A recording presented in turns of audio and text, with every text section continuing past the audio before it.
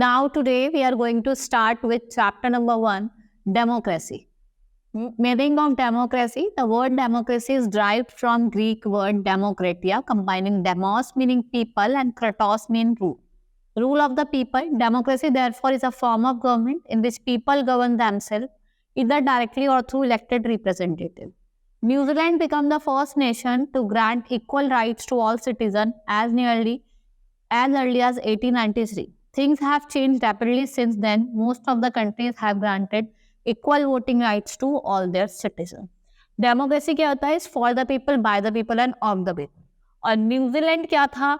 सबसे पहला नेशन था जिसने ग्रांट करा था voting right to all citizen. और अब तो सारे ही सिटीजन्स को वोटिंग राइट्स मिल गया है. Power of peoples. We can define democracy as a form of government created by the people and run by the people through their elected representatives. In other words, Abraham Lincoln, democracy is the government of the people, by the people and for the people. In democracy, real power lies in the hands of people. देखो, जो Abraham Lincoln है वो क्या कहते हैं? Democracy is for the people, by the people end of the people. ठीक है. और जो आपकी रियल पावर है डेमोक्रेसी में, वो किसके हाथ में लाई करती है? पीपल के हाथ में.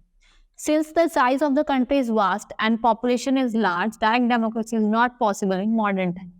So people elect their representative through election. The party who gets majority in the election are asked to form run and government. If people are not satisfied with the government, they can remove it in the next election. ठीक है. Modern time में हमारी country इतनी बड़ी है तो direct election is not possible. तो इसमें क्या होता है? लोग अपने कैंडिडेट को सिलेक्ट करते हैं और उसको इलेक्ट करते हैं. और वो क्या करता है? उनकी गवर्नमेंट रन कर. If the people do not like the government, they can remove in the next election.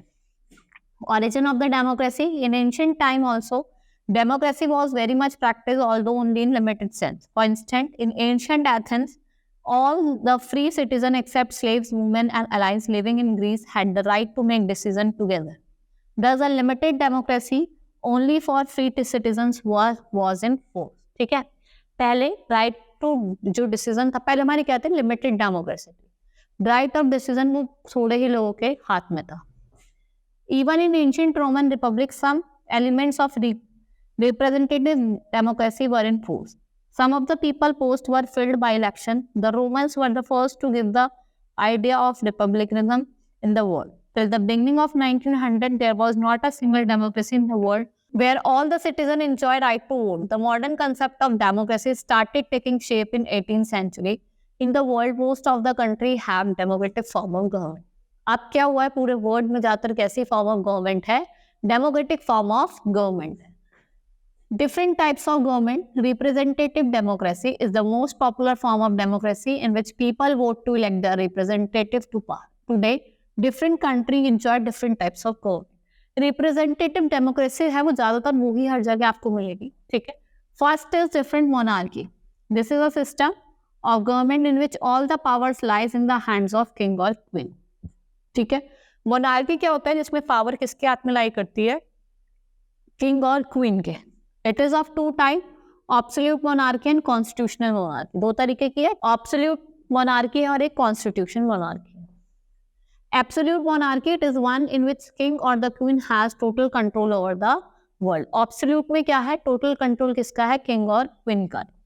Constitutional monarchy means this difference between dictatorship and democracy monarchy. The power of the king or queen is specified by the constitution. Constitutional monarchy में जो power है वो किसने specify करी है? Constitution.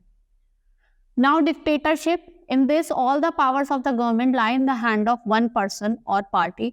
Hitler the dictator of the Germany belongs to Nazi party.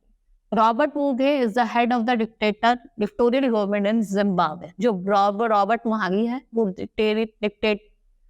Dictatorial government का क्या है? हेड है.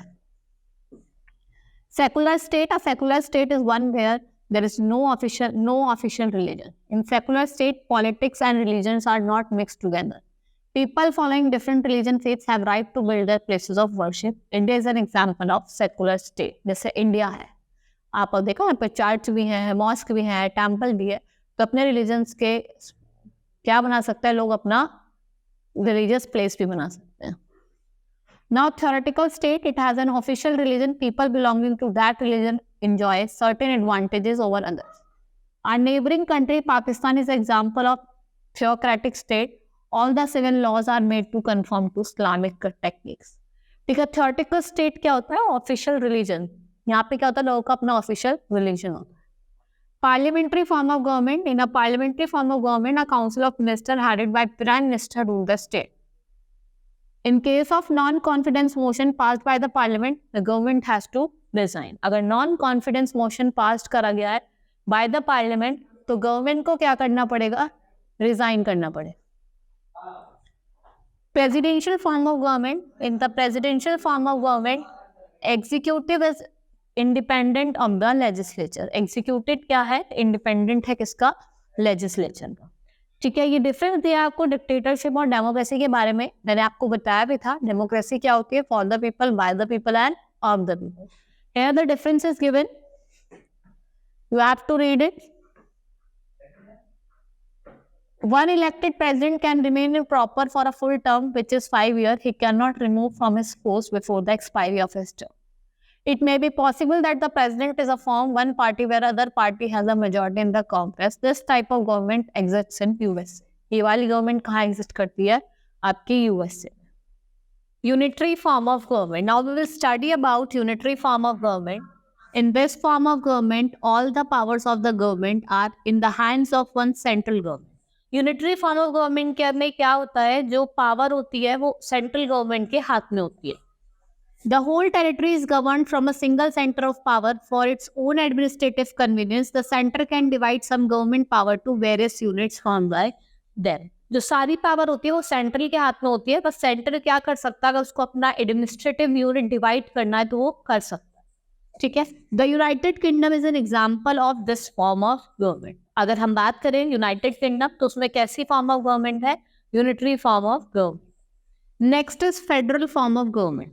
देखो फेडरल फॉर्म ऑफ गवर्नमेंट क्या होती है? इसमें सेंट्रल गवर्नमेंट भी होती है और स्टेट गवर्नमेंट भी, जैसे हमारे इंडिया में है.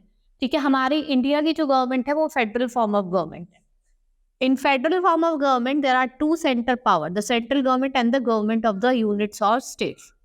The power are distributed between the central and the state government by the constitution. The units or the states enjoy their power as a right derived from the constitution.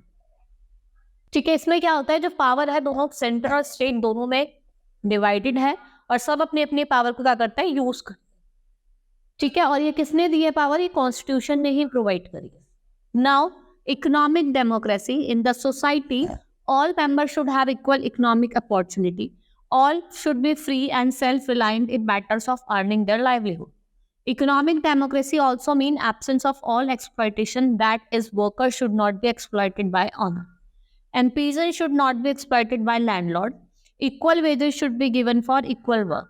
No distinction should be between man and women. देखो men और women के बीच में कोई distinction नहीं होना चाहिए, चाहे वो rich हो चाहे वो poor हो, सबको हमें क्या करना है? Equally treat करना है. We have to treat everyone equal. हमें वर्कर्स को एक्सप्लॉइट नहीं करना. ठीक है, जैसे बहुत होता है वर्कर्स को एक्सप्लॉइट करता है, तो हमें वर्कर्स को एक्सप्लॉइट नहीं करना.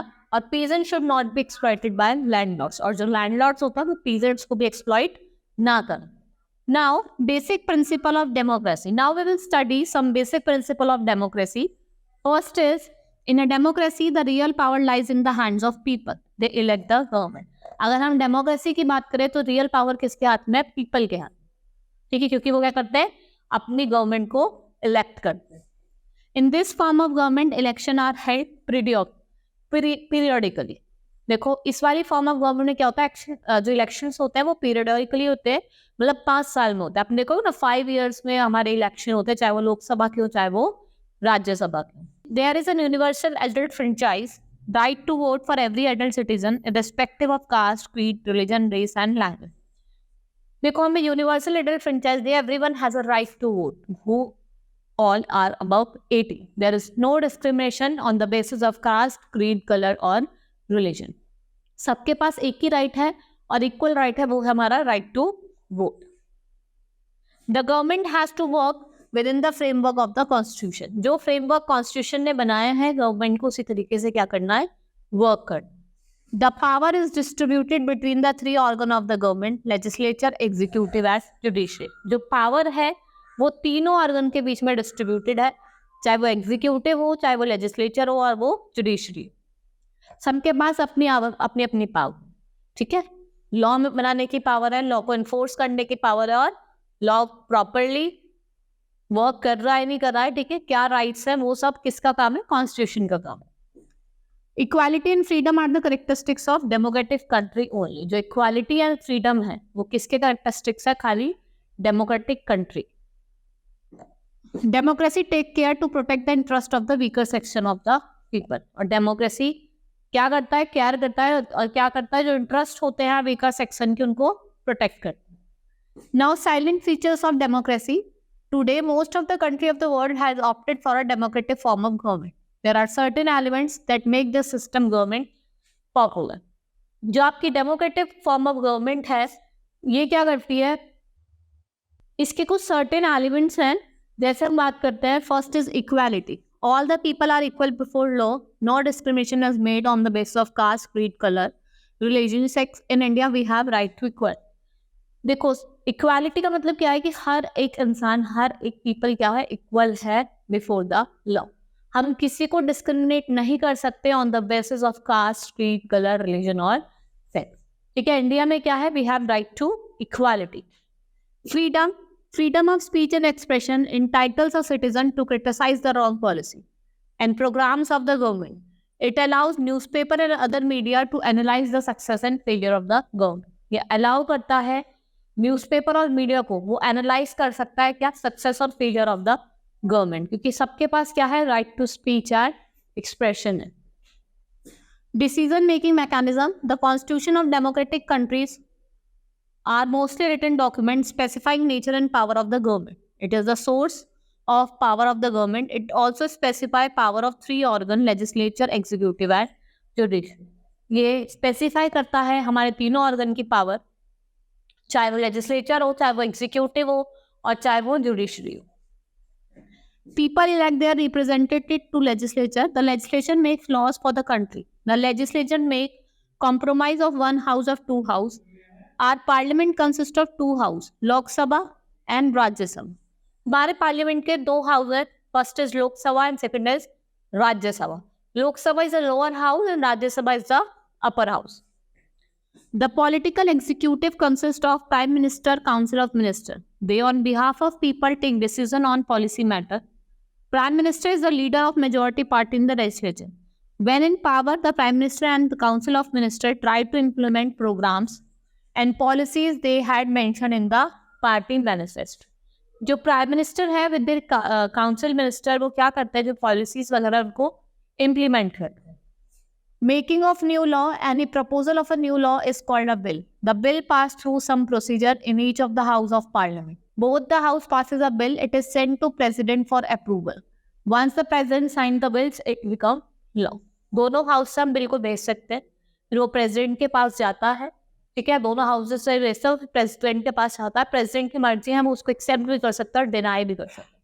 और जब प्रेसिडेंट साइन कर देते हैं तो क्या बन जाता है, हमारा लॉ बन जाता है। Sometimes new law are passed in the public demand.